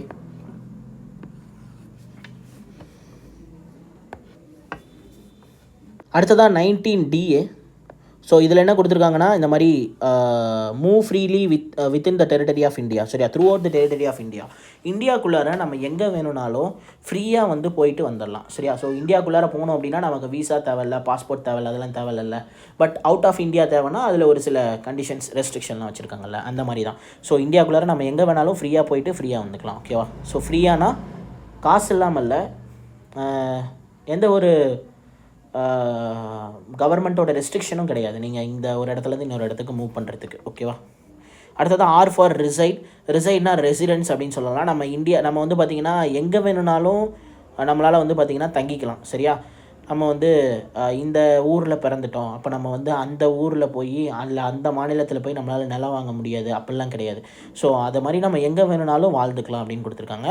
அதில் ஒரு ரெஸ்ட்ரிக்ஷன் என்ன அப்படின்னா கான்ட் ரிசைட் இன் ட்ரைபல் ஏரியாஸில் மட்டும் ப்ராக்டிஸ் இல்லை அப்படின்னா நம்ம போய் அங்கே வாழ முடியாதுல்ல. ஸோ ட்ரைபல் ஏரியாஸில், ஸோ அந்த மாதிரி இடத்துல நம்ம வாழும் பொழுது அந்த மக்களுக்கும் நம்ம புதுசாக இருப்போம். ரெண்டாவது வந்து பார்த்திங்கன்னா நிறைய வனவிலங்குகள் இருக்கும், அந்த லைஃப் ஸ்டைலே வேறு மாதிரி இருக்கும், அது உங்களுக்கே ஆபத்தாக வருன்றதுனால அது மட்டும் எக்ஸப்ஷன் கேட்டகரியில் கொடுத்துருக்காங்க. அடுத்ததாக ஓ for occupation, trade and profession. சரியா? இந்த மாதிரி எந்த தொழில் வேணும்னாலும் நம்ம வந்து செஞ்சுக்கலாம். அதுக்கு நமக்கு வந்து பார்த்திங்கன்னா ஒரு உரிமை வந்து கொடுத்துருக்காங்க. பட் ஆனால் அதில் ஒரு சில எக்ஸப்ஷன் என்ன அப்படின்னா இந்த மாதிரி ட்ரக்கு அல்லது சைல்டு டிராஃபிங்கு, அதாவது வந்து பார்த்திங்கன்னா குழந்தை கடத்துறது, மனித கடத்தல், இந்த மாதிரி விஷயம், அப்புறம் போதைப் பொருள், இந்த மாதிரி விஷயம்லாம் இருக்குல்ல, அதெல்லாம் வந்து பண்ணக்கூடாது. அதெல்லாம் நீங்கள் தொழிலாக செய்கிறதுக்கு வந்து தடை விதிக்கப்பட்டிருக்கிறது அப்படின்னு வந்து சொல்லலாம். ஓகேவா? ஸோ இதெல்லாமே வந்து பார்த்திங்கன்னா ஆர்டிக்கல் 19 கீழே வரக்கூடிய ஆர்டிகல்ஸ் தான். ஓகேவா? ஸோ இதில் தான் வந்து இந்த 19(1)C இதில் தான் வந்து பார்த்திங்கன்னா இந்த right to form cooperative societies அப்படின்னு வந்து 97th கான்ஸ்டியூஷனல் அமெண்ட்மெண்ட் ஆக்டில் டாக்டர் மன்மோகன் சிங் அப்படின்னக்கூடிய நம்மளுடைய பிரைம் மினிஸ்டர் இருந்தார்ல, ஃபார்மர் பிரைம் மினிஸ்டர். ஸோ அவர் வந்து என்ன பண்ணிட்டார் அப்படின்னா இந்த ஆர்டிக்கல் 19(1)C 97th அமெண்ட்மெண்ட் ஆக்டை 2011 போட்டார். ஸோ 2011 போட்டு இந்த மாதிரி கோஆப்ரேட்டிவ் சொசைட்டிஸ் வந்து நம்ம வந்து ஃபார்ம் பண்ணிக்கலாம், கூட்டுறவு சங்கங்கள் அப்படின்னு சொல்கிறாங்கல்ல. ஸோ இன்றைக்கி டேட்லேயும் நிறைய ஒரு டவுன் பஞ்சாயத்து மாதிரி இருக்கக்கூடிய ஏரியாவில் நிறைய கூட்டுறவு சங்கங்களை நம்மளால் பார்க்க முடியும். சரியா? ஸோ அதுக்கு வந்து மூலஸ்தனமாக இருந்தது யார் அப்படின்னா டாக்டர் மன்மோகன் சிங் தான். அவர் தான் வந்து பார்த்திங்கன்னா இந்த மாதிரி கொண்டு வந்திருப்பார், right to form a cooperative societies அப்படிங்கிறத ஒரு அடிப்படை உரிமையாகவே மாற்றிருப்பார்.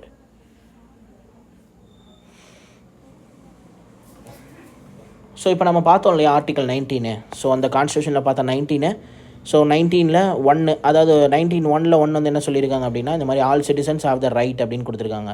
என்னென்ன ரைட் அப்படின்னா இந்த 1A அதாவது பேச்சுரிமை, 1B அடுத்ததாக வந்து பார்த்திங்கன்னா ஆர்ம்ஸ் இல்லாமல் நடைமாறும் உரிமை, அசம்பிளியாக சேர்ந்து இருந்துக்கலாம்.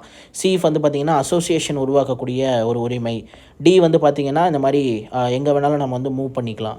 E வந்து பார்த்திங்கன்னா எங்கே வேணாலும் ரிசைட் பண்ணிக்கலாம், அதாவது செட்டில் ஆகிடலாம். ஓகேவா? ஸோ அடுத்ததாக F வந்து பார்த்திங்கன்னா ப்ராப்பர்ட்டி ரிலேட்டடானது, அதை ஒமிட் பண்ணிட்டாங்க. ஸோ G வந்து பார்த்திங்கன்னா யார் வேணும்னாலும் எந்த ப்ரொஃபஷன் வேணும்னாலும் ஃபாலோ பண்ணிக்கலாம் அப்படின்னு வந்து சொல்லியிருக்காங்க. ஓகேவா?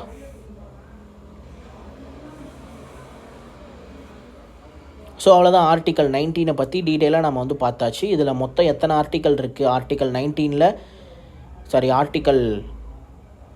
19க்கு கீழே ஒரு 6 சப் கிளாசிஃபிகேஷன் இருக்குது. 7 இருந்தது, அதில் ஒன்று வந்து ரிமூவ் பண்ணிட்டாங்க. ரிமூவ் பண்ண ஒன்று என்னது அப்படின்னா அந்த ப்ராப்பர்ட்டி ரிலேட்டடான விஷயம் தான். ஓகேவா? அடுத்ததாக தான் மெயினான ஒரு விஷயம். சரியா? ஆர்டிகல் 20. ஆர்டிகல் 20 என்னது அப்படின்னா protection in respect of conviction for offences அப்படின்னு கொடுத்துருக்காங்க. அதாவது ஒருவர் செய்த தவறுக்கு மீண்டும் மீண்டும் தண்டனை கொடுப்பதுன்றது அநியாயம் அப்படின்றத வந்து சொல்லியிருக்காங்க. அந்த மாதிரியான செயலில் இருந்து தடுக்கணும் அப்படின்னு வந்து சொல்லியிருக்காங்க. இது வந்து ஒரு அடிப்படை உரிமையாகவும் கொடுத்துருக்காங்க. ஓகேவா? இதில் ஒரு 3 பாயிண்ட் வந்து கொடுத்துருக்காங்க. என்னென்ன பாயிண்ட் அப்படின்னா ஏபிசின்னு. ஸோ இதில் 3ஆவதாக இருக்க பாயிண்ட் ரொம்ப ரொம்ப இம்பார்ட்டன்ட். நோ செல்ஃப் இன்க்ரிமினேஷன்னா என்ன? ஸோ இப்போ நீங்கள் ஒரு தப்பு செஞ்சிட்டீங்க அப்படின்னா உங்களுக்கான சாட்சி நீங்களே இருக்கக்கூடாது. நான் தான் இந்த கொலையை பண்ணிட்டேன்னு நீங்களே உங்களுக்கு நீங்கள் சாட்சியாக சொல்லிக்கிட்டால் அவங்களால அக்செப்ட் பண்ணிக்க மாட்டாங்க கவர்மெண்ட்டு. ஸோ அதை தான் வந்து சொல்லியிருக்காங்க. என்னது அப்படின்னா இந்த ஆர்டிக்கல் 20ல் C. So protection in respect of conviction for offences அப்படின்னா ஒருவர் செய்த தவறுக்கு ஒரு தடவைக்கு மேலே மீண்டும் மீண்டும் வந்து தண்டிக்கக்கூடாது. இதுதான் ரொம்ப ரொம்ப இம்பார்ட்டன்ட். இந்த 20யும் 22 இன்னொரு ஆர்டிக்கல் இருக்குது. 22 என்ன அப்படின்னா இந்த மாதிரி protection against arrest and detention. இப்போ உங்களை ஒரு தடுப்பு காவல்லையோ அல்லது கைது பண்ணுறாங்க அப்படின்னாலோ அதிலிருந்து உங்களை நீங்கள் எப்படி ப்ரொடெக்ட் பண்ணிக்கலாம், அதுக்கு என்னென்ன ரெஸ்ட்ரிக்ஷன்லாம் கொடுத்துருக்காரு ஆர்டிகல் 22. ஆர்டிகல் 20 வந்து பார்த்தீங்கன்னா protection in respect of conviction for offences. ஓகேவா? அஃபென்சஸ்னால் ஒரு தப்புக்கு ஒரு தடவை தான் தண்டனை வந்து கொடுப்பாங்க. சரியா? ஒரு தடவை செஞ்ச தப்புக்கு ஒரு தடவை தான் வந்து தண்டனை கொடுப்பாங்க. அதுக்குன்னு நீங்கள் ஒரு தடவை இப்போ கொலை பண்ணிவிட்டு ஒரு தண்டனை கொடுத்துட்டாங்க, நான் திரும்பி கொலை பண்ணால் எனக்கு தண்டனை கொடுக்க மாட்டாங்களா? அப்படி கிடையாது. சரியா? ஸோ இப்போ நீங்கள் ஒரு தடவை செஞ்ச தப்புக்கு ஒரு தடவை தண்டனை உங்களுக்கு கொடுத்துருவாங்க. ஓகேவா? ரைட். இந்த protection against arrest and detention இருக்குல்ல. ஸோ இது வந்து பார்த்திங்கன்னா இப்போ வந்து உங்களை அரெஸ்ட் பண்ணிட்டாங்கன்னா 24 மணி நேரத்துக்குள்ளார என்ன பண்ணணும் அப்படின்னா மெஜிஸ்ட்ரேட் அதாவது கோர்ட்டில் வந்து ப்ரொடியூஸ் பண்ணணும். அப்புறம் வந்து பார்த்திங்கன்னா உங்களை வந்து அட்வொகேட்டை ப்ராக்டிஸ் பண்ணுறதுக்கு அலோவ் பண்ணுவாங்க. சரியா? ப்ராக்டிஸ்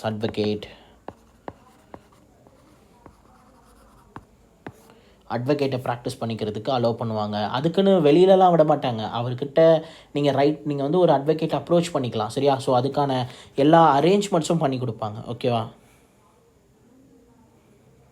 ஸோ அதான் இங்கே கொடுத்துருக்காங்க. ஏதோ ஹிந்தியில் எழுதியிருக்காங்க இதெல்லாம். ஸோ இதில் என்ன 24 மணி நேரத்தில் மெஜிஸ்ட்ரேட்டை கொடுக்கணும் அப்படின்னு இருக்குல்ல, அதை தான் கொடுத்துருக்காங்க.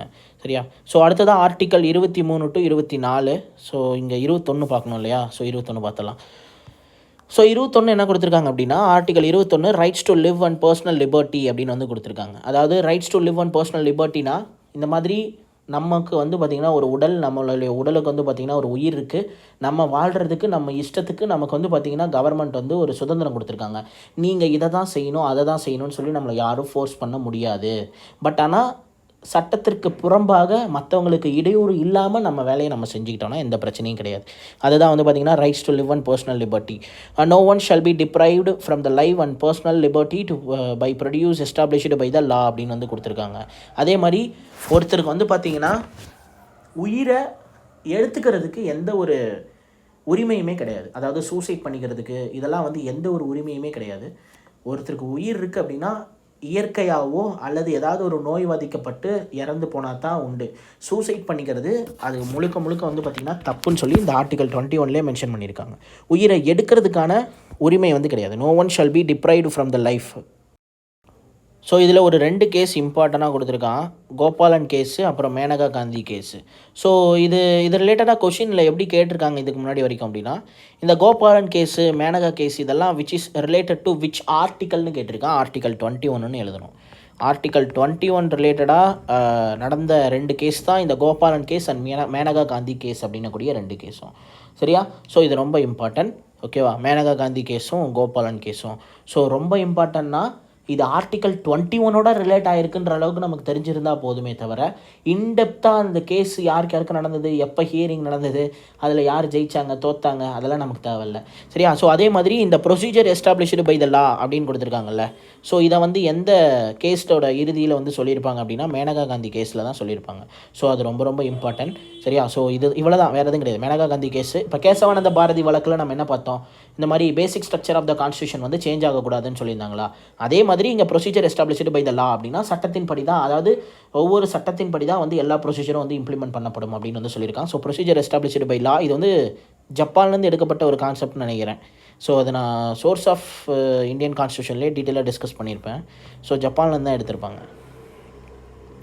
ஸோ அடுத்ததாக இன்னொரு ஸ்பெஷலான ஒரு ஆர்டிக்கல் 21A என்ன அப்படின்னா, rights to primary education 6 to 14 இயர்ஸ்ன்னு சொல்லி, சரியா, 6லேருந்து 14 வயசு வரைக்கும் இருக்கக்கூடிய நபர்களுக்கு வந்து பார்த்திங்கன்னா எஜுகேஷன் அப்படிங்கிறது ரொம்ப இம்பார்ட்டன்ட் அப்படின்னு சொல்லி அதை ஒரு உரிமையாகவே வாஜ்பாய் என்ன பண்ணியிருப்பார், 86வது அமெண்ட்மெண்ட் ஆக்ட், சரியா, 2002 இந்த மாதிரி வந்து கொண்டு வந்திருப்பார்.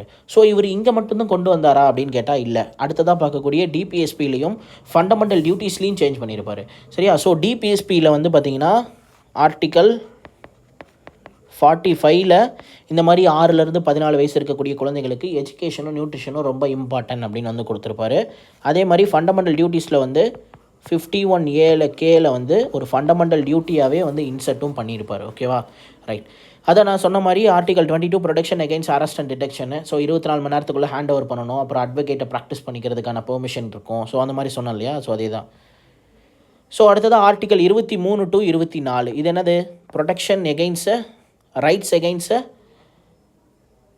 ரைட்ஸ் டு எகைன்ஸ்ட் எக்ஸ்ப்ளாய்டேஷன் நினைக்கிறேன். ஸோ ரைட்ஸ் எகைன்ஸ்ட் எக்ஸ்ப்ளாய்டேஷனா, ஆமாம், rights against exploitation. So article 23 to 24 இது என்னது அப்படின்னா, ரைட்ஸ் அகைன்ஸ்ட் எக்ஸ்ப்ளாய்டேஷன். ஓகேவா, ஸோ எக்ஸ்ப்ளாய்டேஷனுக்கு எதிர்த்து போராடக்கூடிய நமக்கு இருக்கக்கூடிய உரிமைகள் ஆர்டிகல் 23, 24, சரியா. 4 வயசு இருந்ததுன்னா அந்த குழந்தை என்னன்னு சொல்லுவீங்க, குழந்தைன்னு சொல்லுவீங்களா, ரைட். அப்போ சைல்டு லேபருங்கிறது 24. ஸோ 23ங்கிறது ஹியூமன் டிராஃபிக்கிங். அப்புறம் வந்து பார்த்திங்கன்னா ஃபோர்ஸ்டு லேபர், பாண்டட் சிஸ்டம்லாம் இருக்குல்ல, அதாவது கொத்தடிமைகளாக பயன்படுத்துனாங்கல்ல, அதெல்லாம் வந்து ப்ராஹிபிட் பண்ணது இந்த ஆர்டிகல் 23 தான். ஓகேவா, ஸோ அது வந்து பார்த்திங்கன்னா நம்மளை யாருக்கும் வந்து நம்ம வந்து அடிமையாக இருக்க தேவையில்ல, ஃபோர்ஸ்டு லேபராக இருக்க தேவையில்ல. அப்படி இருந்தால் அது நம்மளுடைய அடிப்படை உரிமையை வந்து பார்த்திங்கன்னா பறிக்கப்படுகிறது. அதனால் நம்ம வந்து சுப்ரீம் கோர்ட் வரைக்கும் போகலாம். சுப்ரீம் கோர்ட் வரைக்கும் போய் நமக்கான நீதியை நம்ம வந்து வாங்கிக்கலாம். ஓகேவா, ஸோ அடுத்ததான் ஆர்டிகல் 24 சைல்டு லேபரும் வந்து பார்த்திங்கன்னா ப்ரோஹிபிட் பண்ண ஒரு விஷயந்தான். பட் ஆனால் இதில் ஒரு எக்ஸப்ஷனும் கொடுத்துருக்காங்க. Below 14 years cannot be employed in hazardous place or dangerous place அப்படின்னு வந்து கொடுத்துருக்காங்க. ஓகேவா, இண்டஸ்ட்ரீஸு அல்லது ரொம்ப இந்த ராக்லாம் கட் பண்ணுவாங்கள்ல, அது பேர் கூட தமிழ் ஏதோ சொல்லுவாங்களே,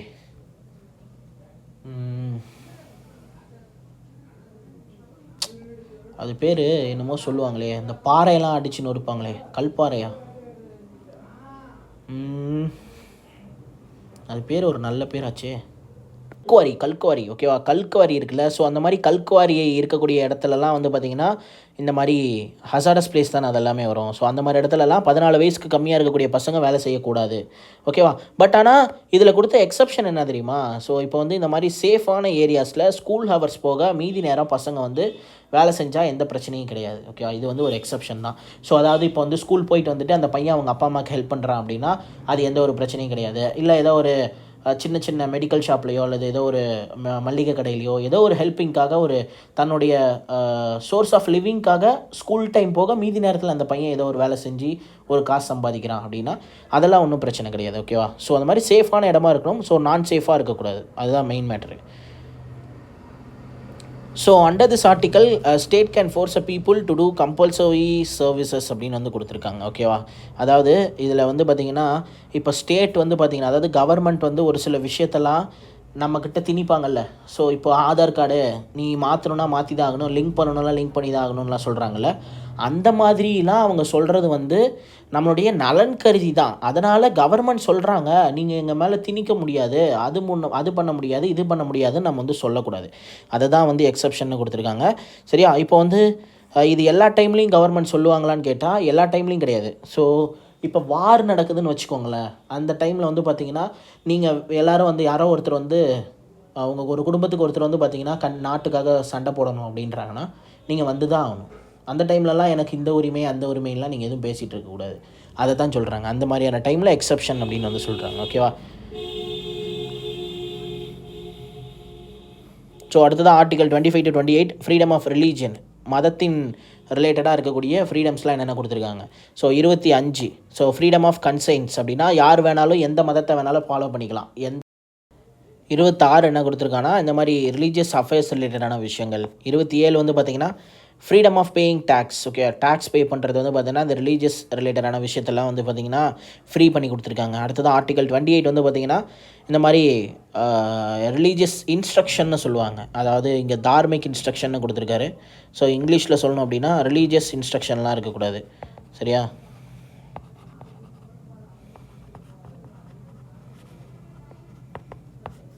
ஸோ ரிலீஜியஸ் இன்ஸ்ட்ரக்ஷன் வற்புறுத்தக்கூடாது யாரையுமே. ஓகேவா? ஸோ இதெல்லாம் தான் வந்து பார்த்திங்கன்னா ரிலீஜனுக்கு கொடுக்கப்பட்ட ஃப்ரீடமான விஷயங்கள். சரியா? அடுத்ததான் article 29 to 30 cultural and educational rights. 29 என்ன அப்படின்னா இந்த மாதிரி மொழி, லாங்குவேஜ், ஸ்கிரிப்டு, கல்ச்சரு இதெல்லாமே வந்து பார்த்திங்கன்னா ஒவ்வொரு சிட்டிசனும் வந்து பார்த்திங்கன்னா ப்ரொடெக்ட் பண்ணிக்கலாம். அதிலெல்லாம் எந்த பிரச்சனையும் இல்லை. சரியா? ஸோ மொழி, அடுத்தது வந்து பார்த்திங்கன்னா ஒரு கல்ச்சர் தான் ரொம்ப இம்பார்ட்டன்ட். இப்போ தமிழர்களுக்குன்னு சொல்லி ஒரு கல்ச்சர்ஸ் இருக்கும். அதெல்லாம் நம்ம வந்து ஒரு கால்வாசி ஆல்ரெடி மறந்துட்டோம். சரியா? ஸோ இப்போ கால்வாசியில் ஒரு 50% ஆல்ரெடி மறந்துட்டோம். ஸோ மீதி கல்ச்சர்ஸாவது நம்ம வந்து காப்பாற்றணும். ஸோ அதெல்லாமே வந்து பார்த்திங்கன்னா ஒரு தனிப்பட்ட மனிதனோட ஒரு உரிமை அப்படின்னு வந்து சொல்கிறாங்க. அடுத்தது ஆர்டிகல் 30 வந்து establishment of the religious educational institutes. ஓகேவா? ஸோ மைனாரிட்டிஸ்க்கு மட்டும் வந்து கொடுத்துருக்காங்க. சரியா? என்ன அப்படின்னா ஒன்றும் இல்லை, மைனாரிட்டிஸ்க்கு மட்டும் இல்லை, இப்போ வந்து எப்படி சொல்லலாம்னா எஜுகேஷ்னல் இன்ஸ்டியூஷன்லாம் இருக்குல்ல, அதை வந்து மைனாரிட்டிஸும் ரன் பண்ணிக்கலாம். ஸோ இப்போ வந்து கிறிஸ்டியன் ஸ்கூல்ஸ்லாம் நிறைய நடத்துகிறாங்கல்ல, ஸோ அந்த மாதிரின்னு வச்சுக்கோங்களேன் ஒரு எக்ஸாம்பிளுக்கு. அந்த மாதிரி வந்து நம்மளால் வந்து எஸ்டாப்ளிஷ்மெண்ட் பண்ணிக்க முடியும். இதுக்கு ஒரு ரைட் இருக்குது, ஆர்டிகல் 30. ஸோ நீங்கள் வந்து மைனாரிட்டிஸ், ஸோ நீங்கள் வந்து நடத்தக்கூடாது அப்படிலாம் யாரும் சொல்ல மாட்டாங்க. ஓகேவா? Can provide education to his her child in is native language. Okay, native லாங்குவேஜில் கொடுத்துக்கலாம், அதிலலாம் எந்த பிரச்சனையும் இல்லை. ஓகேவா? இப்போ வந்து தமிழில் நமக்கு வந்து பார்த்திங்கன்னா ஒரு சப்ஜெக்ட் ஒன்று இருக்குது. இப்போ அதே மாதிரி இப்போ நம்ம மொத்தம் 5 சப்ஜெக்ட் இருக்குல்ல, நீங்கள் அப்ளை பண்ணும்போது கூட நோட் பண்ணியிருப்பீங்க. தமிழ், இங்கிலீஷ், சயின்ஸ், சோஷியல், இந்த மாதிரி ஒரு 5 சப்ஜெக்ட் இருக்கும். சரியா? அதில் வந்து பார்த்திங்கன்னா தமிழ் லாங்குவேஜ்னு சொல்லி கொடுத்துருவாங்களே தவிர அதில் தமிழ்னு வந்து டிஃபால்ட்டாகவே வராது. ஏன்னா ஒவ்வொரு ஸ்டேட்டும் அவங்கவுங்களுடைய மதர் டங்கை வந்து அந்த இடத்துல சூஸ் பண்ணிக்குவாங்க. ஸோ அந்த மாதிரி ஒவ்வொருத்தரும் அவங்களுடைய தாய்மொழியில் தன்னுடைய குழந்தைகளுக்கோ அல்லது அவங்களோ கற்றுக்கலாம் அப்படின்றத தான் சொல்லியிருக்காங்க. ஸோ ஆர்டிகல் 32லேருந்து 35 வரைக்கும். ஸோ இதுதான் வந்து பார்த்திங்கன்னா கான்ஸ்டியூஷனல் ரெமிடிஸ் அப்படின்னு வந்து சொல்லுவாங்க. சரியா? ஸோ ஆர்டிகல் 32 என்னது அப்படின்னா இந்த மாதிரி நமக்கு வந்து பார்த்திங்கன்னா கொடுக்கப்பட்ட அடிப்படை உரிமைகள் ஏதாவது ஒன்று மறுக்கப்பட்டால் நம்ம வந்து பார்த்திங்கன்னா சுப்ரீம் கோர்ட்டை அணுகி நம்ம வந்து இதுக்கான தீர்வை வந்து பெற்றுக்கொள்ளலாம். சரியா? ஸோ அதுதான் வந்து ஆர்டிகல் 32ல் மென்ஷன் பண்ணியிருப்பாங்க. இந்த மாதிரியான ஒரு ஸ்பெஷல் ஒரு எக்ஸ்ட்ரா ஒரு பவர்னு சொல்லலாம் இல்லையா? ஸோ நம்மளுக்கு ஸோ அதை வந்து அதனால் என்ன சொல்கிறார் அப்படின்னா B R Ambedkar heart and soul of Indian constitution வந்து எது அப்படின்னா இந்த 32 தான் அப்படின்னு வந்து மென்ஷன் பண்ணியிருப்பார். ஸோ இப்போ எப்படி நம்ம வந்து ஃபண்டமெண்டல் ரைட்ஸ்க்கு நமக்கு வந்து மறுக்கப்பட்டால், நமக்கு வந்து அது வந்து சரியாக கிடைக்கல, நமக்கு அது ஏதோ ஒரு துன்புறுத்தல் ஏதோ ஒன்று, இப்போ ஒரு எக்ஸாம்பிளுக்கு பாண்டட் லேபர் சிஸ்டம் கிடையாது, பட் பாண்டட் லேபர் சிஸ்டமில் நீங்கள் மாட்டிகிட்டு இருக்கீங்க அப்படின்னா, ஸோ அப்போ வந்து நீங்கள் சுப்ரீம் கோர்ட்டை அப்ரோச் பண்ணுறதுக்கு ஆர்டிகல் 32லையும் ஹைகோர்ட் அப்ரோச் பண்ணுறதுக்கு ஆர்டிகல் 226லையும் வந்து கொடுத்துருக்காங்க. சரியா? ஸோ இதில் நீங்கள் 2ல் வந்து ஹைகோர்ட்டையும் அப்ரோச் பண்ணிக்கலாம், சுப்ரீம் கோர்ட்டையும் அப்ரோச் பண்ணிக்கலாம். பட் ஆனால் அதில் ஒரு கண்டிஷன் இருக்கும். இப்போ வந்து பார்த்திங்கன்னா ஹைகோர்ட்டை நீங்கள் ஒரு ஃபண்டமெண்டல் ரைட்டு விஷயமாக நீங்கள் எடுத்துகிட்டு போய் அப்ரோச் பண்ணுறீங்க அப்படின்னா அந்த கேஸை ஹைகோர்ட் வேணும்னா எடுத்துக்கலாம், இல்லைனா சுப்ரீம் கோர்ட்டுக்கு ரீடைரக்ட் பண்ணிடலாம். ஏன்னா அவங்களுக்கு ஆல்ரெடி நிறைய லீகல் ரைட் பிரச்சனை எல்லாமே நிறைய இருக்கும். லீகல் ரைட்ஸ்னால் எப்படின்னா இப்போ வந்து சொத்து பிரச்சனை அந்த மாதிரி விஷயங்கள்லாம் இருக்குல்ல, ஸோ அதெல்லாம் வந்து பார்த்திங்கன்னா லீகல் ரைட்ஸில் வந்துடும். ஸோ அந்த மாதிரியான பிரச்சனைகளுக்கெல்லாம் வந்து ஹைகோர்ட் ஆல்ரெடி பதிலளிக்க வேண்டியதுன்றதுனால ஸோ ஃபண்டமெண்டல் ரைட்ஸ் ரிலேட்டடான விஷயத்தை சுப்ரீம் கோர்ட்டுக்கு ரீடைரக்ட் பண்ணணுன்னா பண்ணிக்கலாம், இல்லை ஹைகோர்ட்டை எடுத்து நடத்தணுன்னாலும் நடத்தலாம், அது ஒன்றும் பிரச்சனை இல்லை. ஹைகோர்ட் விரும்பினா அதை எடுத்து நடத்தும், இல்லைனா அது சுப்ரீம் கோர்ட்டுக்கு சேஞ்ச் பண்ணிடும். ஓகேவா? ஸோ அதே தான் இங்கேயும் கொடுத்துருக்காங்க. அந்த supreme court can refuse to issue the high court. But ஒரு சுப்ரீம் கோர்ட் வந்து என்ன பண்ண முடியாது அப்படின்னா ஹைகோர்ட் மாதிரி தட்டி கழிக்க முடியாது. ஃபண்டமெண்டல் ரைட்ஸ்க்கு ஒரு பிரச்சனை அப்படின்னா அதனுடைய சுப்ரீம் கேரண்டியே யார் அப்படின்னா சுப்ரீம் கோர்ட் தான். ஓகேவா? ரைட். அதே மாதிரி high court writ jurisdiction is wider than the supreme court writ jurisdiction. So அதான் என்ன கொடுத்துருக்காங்க, சுப்ரீம் கோர்ட் வந்து வெறும் ஃபண்டமெண்டல் ரைட்ஸ் கேஸை பார்த்தா கூட போதும், பட் ஆனால் ஹைகோர்ட் வந்து 2 ரைட்ஸ்க்கான கேஸஸுமே ஹேண்டில் பண்ண வேண்டியது இருக்கும் அப்படின்னு வந்து சொல்லியிருக்காங்க. சரியா? ஸோ அதே மாதிரி ஆர்டிகல் 32 தான் supreme court, article 226 high court. So மற்ற பார்த்திங்கன்னா இந்த ரிட்ஸ்ன்னு சொல்லுவாங்க, ரிட்ஸ் மனு தாக்கல்னு சொல்லுவாங்க. அது வந்து பார்த்திங்கன்னா இந்த ஆர்டிகல் 32 இருக்குல்ல கான்ஸ்டியூஷனல் ரெமிடிஸில் தான் வரும். இதில் வந்து பார்த்திங்கன்னா மொத்தம் ஒரு 5 டைப்ஸ் ஆஃப் ரிட்ஸ் இருக்குது. ஸோ என்னென்ன ரிட்ஸ் அப்படின்னா ஹீபஸ் கார்பஸ், சர்டியோரி, ப்ரொஹிபிஷனு, கியூ வாரண்டோ, மேண்டமஸ், இந்த மாதிரி ஒரு 5 டைப்ஸ் ஆஃப் ரிட்ஸ் வந்து இருக்குது.